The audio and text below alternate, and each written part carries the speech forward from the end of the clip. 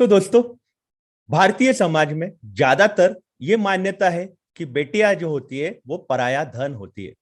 बेटियों को कई जगह पे बचपन में ही बताया जाता है कि तुम एक पराया धन हो। मतलब बेटी को इनडायरेक्टली बोला जाता है कि ये जो घर है, इसकी जो प्रॉपर्टी है, ये सब हमारी है। ये घर के जेवरात हमारे हैं। तुम्हारा ये प्रॉपर्टी में कोई हिस्सा नहीं है क्योंकि तुम एक पराया धन हो।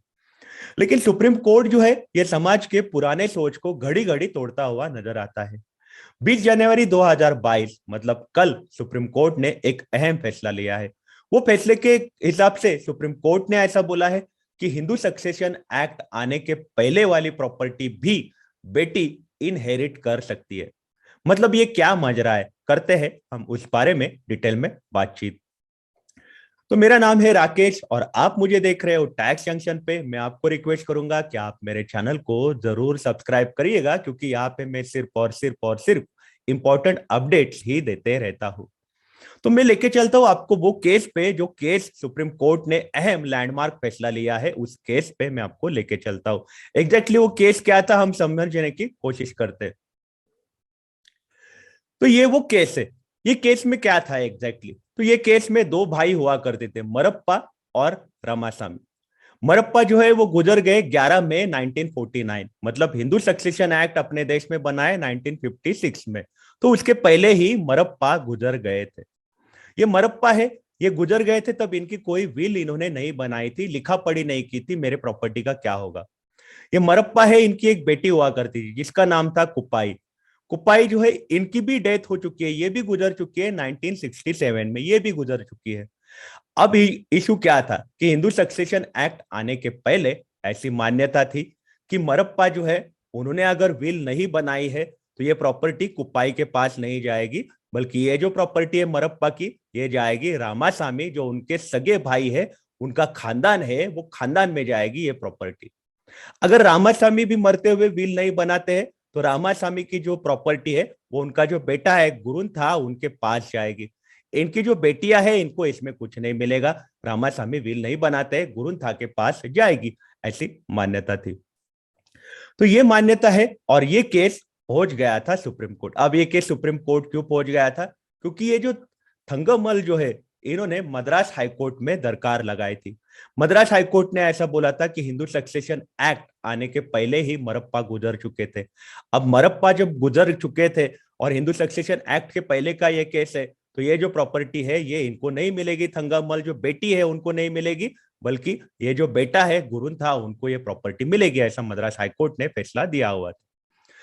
तो इसी के कारण ये केस पहुंच गया था सुप्रीम कोर्ट। मतलब ये केस में हमें जानना था कि क्या हिंदू सक्सेशन एक्ट 1956 बनने के पहले की जो प्रॉपर्टी है, जो विदाउट विल आई हुई है बेटी के नाम पे, जैसे कुपाई है, ये कुपाई के अगर मान लो बच्चे होते थे तो ये क्या ये कुपाई अपने प्रॉपर्टी को इनहेरिट कर सकती थी क्या? मतलब इनके अगर बच्चे होते थे, बेटा बेटी, तो ये प्रॉपर्टी जो आई हुई है पिताजी से, तो ये इनहेरिट कर सकती है क्या?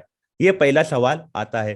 दूसरा सवाल आता है कि कुपाई है, इनके रिश्तेदार नहीं है। अब ये प्रॉपर्टी का क्या होगा? अभी ये केस में कुपाई के बच्चे ही नहीं, कोई नहीं है उनका, तो ये प्रॉपर्टी का क्या होगा? तो ये प्रॉपर्टी बट ऑब्वियस है खानदान में ही जाने वाली है। खानदान में जाने के बाद अब खानदान में मरप्पा तो है नहीं है, रमास्वामी भी नहीं है। रमास्वामी के जो बच्चे, ये बच्चों में से ये प्रॉपर्टी क्या बेटियों को मिलने वाली है कि सिर्फ गुरुंथा को मिलने वाली है एज ए सक्सेसर? खानदान का आदमी, खानदान का खून, उसको मिलने वाली है कि ये जो बेटियां है, जो पराया धन है, इनको मिलने वाली है? ये अलग अलग सवाल ये केस में सामने आ रहे थे। तो ये केस के लिए सुप्रीम कोर्ट ने 3 सवाल बनाए हुए थे। तो सबसे पहले ये केस जब सॉल्व करना था तो सुप्रीम कोर्ट के सामने 3 सवाल थे कि ये प्रॉपर्टी का नेचर क्या था।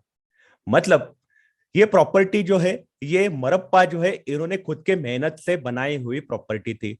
मरप्पा जो है उनको कोई भी खानदानी प्रॉपर्टी नहीं थी, दो भाइयों की प्रॉपर्टी नहीं थी, ये उनकी खुद की प्रॉपर्टी थी मरप्पा की। ये सवाल का जवाब सुप्रीम कोर्ट को ढूंढना था। दूसरा सुप्रीम कोर्ट के सामने सवाल था कि ये जो इकलौती बेटी है, ये अपनी पापा की प्रॉपर्टी जो है, ये पापा अगर विल में कुछ नहीं लिख के गए तो क्या ये बेटी अपने पापा से आई हुई प्रॉपर्टी को इनहेरिट कर सकती है क्या, या फिर उनको अपने खानदान में उसको वापस लौटाना है? जैसे ये केस में हमने अभी देखा कि ये जो कुपाई है, ये अगर ये अगर गुजर जाती है, अगर इनके बच्चे होते हैं तो क्या ये बच्चों को ट्रांसफर करेगी ये प्रॉपर्टी, या फिर इनको अपने खानदान में वापस लौटानी है, क्योंकि ये 1949 की डेथ है पापा की, तो इनको ये वापस लौटानी है कि ये अपने बच्चों को इनहेरिट कर सकती है क्या ये प्रॉपर्टी। ये सवाल सुप्रीम कोर्ट के सामने आ चुका था। और तीसरा सवाल जो हमने देखा कि ये जो प्रॉपर्टी है कि ये जो सक्सेशन के ऑर्डर क्या हो गया, अगर कुपायु अगर गुजर गई तो ये प्रॉपर्टी की सक्सेशन क्या होगा, इसका बंटवारा कैसे होने वाला है। ये 3 सवालों का जवाब सुप्रीम कोर्ट को देना था। तो सुप्रीम कोर्ट ने लैंडमार्क जजमेंट दिया है। हम आपको बताएं कि सुप्रीम कोर्ट ने अपने देश के पुराने सारे हिंदू लॉ है उसको उन्होंने ओपन किया था, वैदिक लॉज भी ओपन किए थे, साथ ही साथ मिताक्षरा के लॉ भी सुप्रीम कोर्ट ने ओपन किए हुए थे। मिताक्षरा दया भागा, अगर आप हिंदू हो तो आप बिल्कुल ये जानते रहोगे कि हिंदू अनडिवाइडेड फैमिली में अलग अलग स्कूल होते हैं, उसमें मिताक्षरा और दया भागा होते हैं। मैं इसके लिए अलग से वीडियो बनाऊंगा, अभी ये वाले वीडियो में हम उसको डिस्कस नहीं करते। हम आगे बढ़ते, तो ये केस में हमें यहाँ पे नजर आया कि सुप्रीम कोर्ट ने ऐसा बोला है कि कोई भी प्रॉपर्टी अगर आदमी अगर गुजर जाता है विल किए बिना, आदमी अगर गुजर जाता है उसने विल भी नहीं की है, कुछ लिखा पढ़ी नहीं की है, और वो जो प्रॉपर्टी है आदमी की वो खुद ने बनाई हुई प्रॉपर्टी है, या फिर आदमी को खानदान का जब बंटवारा हुआ था, मतलब आदमी के पापा ने वगैरह बंटवारा करके दी हुई प्रॉपर्टी वो आदमी के नाम हुई प्रॉपर्टी है, वो प्रॉपर्टी, या फिर फैमिली की प्रॉपर्टी है, तो वो वाली प्रॉपर्टी अगर वो गुजर जाता है आदमी आदमी के पास खुद ने बनाई हुई प्रॉपर्टी या फिर खानदान के बंटवारे से आई हुई प्रॉपर्टी जिसका अधिकारी वो आदमी बन चुका है, वो आदमी बिना विल किए हुए अगर गुजर जाता है, अगर बिना विल किए हुए बिना लिखा पढ़ी किए हुए गुजर जाता है, तो वो प्रॉपर्टी जो है वो प्रॉपर्टी का अधिकारी कौन होगा, तो वो प्रॉपर्टी का अधिकारी सर्वाइवरशिप से नहीं जाएगा, मतलब वो आदमी के भाइयों के पास नहीं जाएगी, बल्कि बेटी जो है वही क्लोज रिलेशनशिप में है पिताजी के, तो ये बेटी के नाम पे ही वो प्रॉपर्टी होनी है। ऐसा सुप्रीम कोर्ट ने क्लियरली बोल दिया कि सर्वाइवरशिप पे ये नहीं जाएगी, तो बेटी जो है वो बेटी के नाम पे वो प्रॉपर्टी आएगी और बेटी वो प्रॉपर्टी को इनहेरिट कर सकती है, भले ही हिंदू सक्सेशन एक्ट के पहले का इश्यू हो या फिर हिंदू सक्सेशन एक्ट के बाद का इश्यू हो, वो बेटी के नाम पे आएगी, बेटी अपने खानदान में उसको लेके जा सकती है उस प्रॉपर्टी को, उसको अपने पुराने खानदान में वापस करने की जरूरत नहीं है। हाँ, बेटी के अगर रिश्तेदार नहीं है, बेटी को कोई नहीं है, तो फिर वो सोर्स को उसको देना पड़ेगा, लेकिन बेटी के अगर बच्चे हैं तो उसको वो इनहेरिट कर सकती है, उसको वो खानदान में वापस लौटाने की जरूरत नहीं है, तो वो इनहेरिट कर सकती है। ये बात सुप्रीम कोर्ट ने बोली है। तो ये केस जो है यहाँ पे सेल्फ अक्वायर्ड प्रॉपर्टी थी, मरप्पा जो है उनकी खुद ने बनाई हुई प्रॉपर्टी थी, खुद के मेहनत से बनाई हुई प्रॉपर्टी थी, और वो बिना विल किए हुए गुजर गए थे, तो उनकी जो इकलौती बेटी थी वही सबसे अपने पिताजी के करीबी थी जिसका नाम था कुप्पाई, इनके नाम पे ही प्रॉपर्टी आनी थी, और कुप्पाई जो है वो प्रॉपर्टी को इनहेरिट कर सकती है, और ये प्रॉपर्टी जो है सर्वाइवरशिप पे नहीं जाएगी, मतलब मरप्पा के भाई पे नहीं जाएगी। कुप्पाई के बच्चे होते तो कुप्पाई के बच्चों के नाम पे वो प्रॉपर्टी जाती थी, लेकिन कुपाई के बच्चे नहीं है, तो फिर ये प्रॉपर्टी अब जाने वाली थी मरप्पा के खानदान में वापस। सुप्रीम कोर्ट ने ये केस का जजमेंट देते हुए इंपॉर्टेंट बात बोली थी। इन्होंने ऐसा बोला था कि ये कायदे का मकसद क्या है।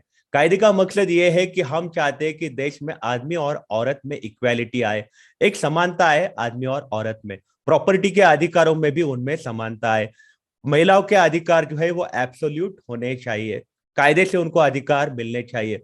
पुरानी जो सोच है उसको उन्होंने तोड़ने की कोशिश करी है ये एक्ट बनाते हुए। ये एक्ट जो है ये सक्सेशन लॉ में बहुत बड़े बदलाव लेके आया है हिंदुओं में, और साथ ही साथ ये अधिकार देता है सारे के सारे महिलाओं को भी सिमिलर अधिकार देता है, जो आदमी को होता है, जो बेटा होता है उसको जो अधिकार होता है वही अधिकार महिलाओं को भी अधिकार ये कायदा देता है। ये कायदा जो है यूनिफॉर्म है और इसमें कॉम्प्रिहेंसिव सिस्टम है, इनहेरिटेंस भी इसमें अप्लाई होता है, मतलब इक्वेलिटी ऐसी लाए हुए है कि ऐसा नहीं है कि बेटा, मतलब मान लो कि मरप्पा का बेटा होता था तो बेटा और बेटा अपने बेटे को ट्रांसफर कर सकता है अधिकार से, ऐसा अगर हो सकता था, लेकिन बेटी है तो क्या वो इनहेरिट नहीं कर सकती, तो सुप्रीम कोर्ट ने बोला है हाँ बेटी भी इनहेरिट कर सकती है। ऐसा नहीं है कि बेटी को प्रॉपर्टी अपने खानदान को वापस करनी है और खानदान के सर्वाइवर जो है, जो आदमी है, जो सेम खून है खानदान का, उसको देनी है, ऐसा सुप्रीम कोर्ट ने नहीं बोला है। सुप्रीम कोर्ट ने बोला है कि बेटी के नाम पे अगर पिताजी के मेहनत की प्रॉपर्टी आती है, पिताजी को उनके खानदान से मिली हुई प्रॉपर्टी बेटी के नाम पे आती है, प्रॉपर्टी हिंदू सक्सेशन एक्ट के पहले की भी हो, बेटी उसको इनहेरिट कर सकती है। जब हिंदू सक्सेशन लॉ की अगर बात होती है तो इसमें कौन कौन आते हैं? तो जो लोग हिंदू बाय रिलीजन आते हैं, ये भी अगर हम ये केस सुन रहे हैं तो ये किनको अप्लीकेबल है ये केस?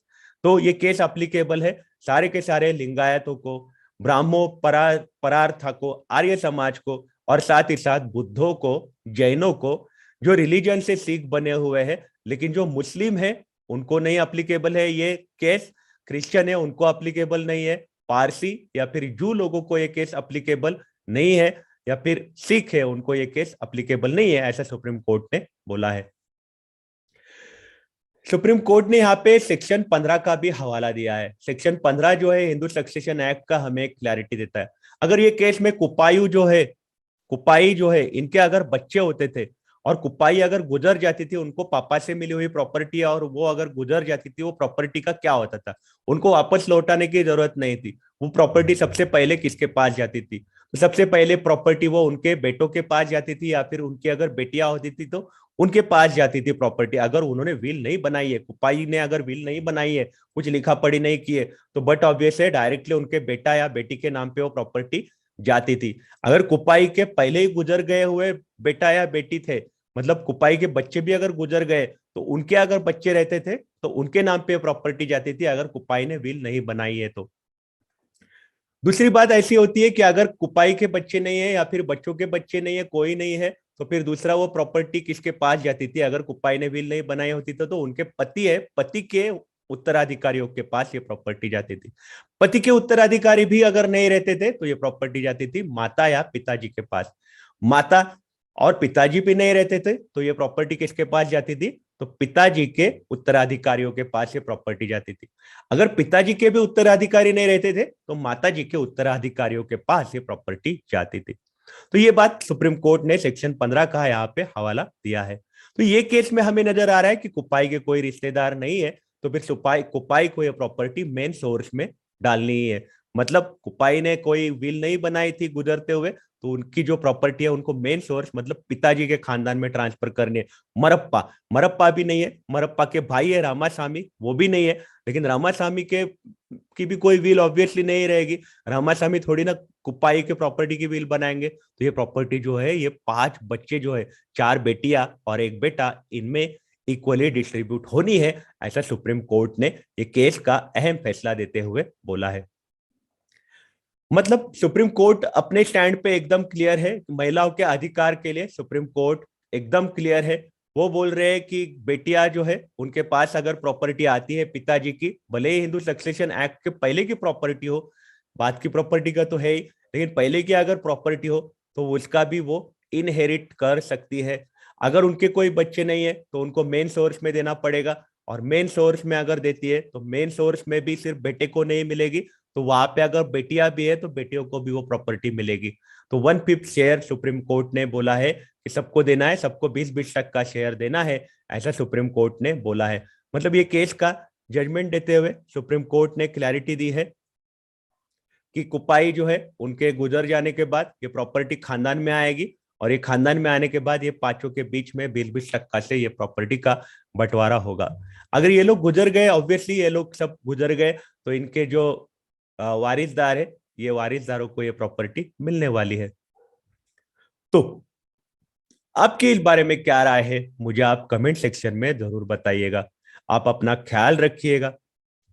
अगर आप काम के लिए बाहर निकल रहे हो तो आप अपने आप को सैनिटाइज जरूर करिएगा, और हाँ, मेरे चैनल को सब्सक्राइब जरूर करिएगा। आज गला बैठा है तो भी आपके लिए वीडियो बना रहा हूँ। Take care, have a nice day.